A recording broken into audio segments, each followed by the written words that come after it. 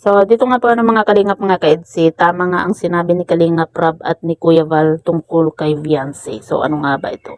Yan po yung ating pag-uusapan po mamaya mga kalingap mga ka-EDSI.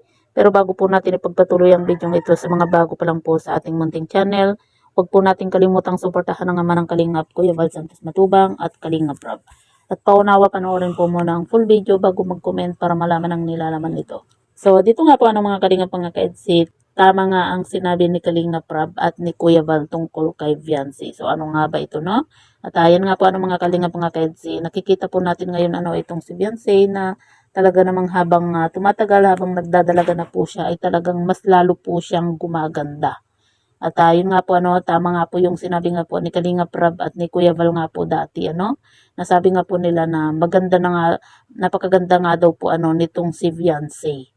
At yun nga po, sabi nga po ni Kuya Val noon din na lalo na daw po kapag nag-18 na po itong si Beyonce, kumbaga kapag nagdalaga na po talaga itong si Beyonce, mas lalo pa po siyang gaganda. At tama naman po yung sinabi nga po ni Kuya Val at ni Kalingap Rob kasi nakikita po natin na mas lalo pong gumaganda po ngayon itong si Beyonce habang nagdadalaga, 'di ba?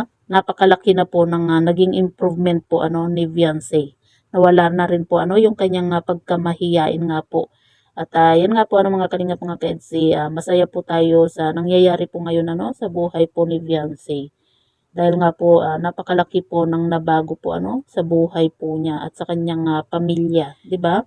Sa isang taon po biglang nabago po yung kanyang buhay, 'di ba? Kaya napakaswerte po ni Beyonce na natulungan po siya ng Team Kalingap.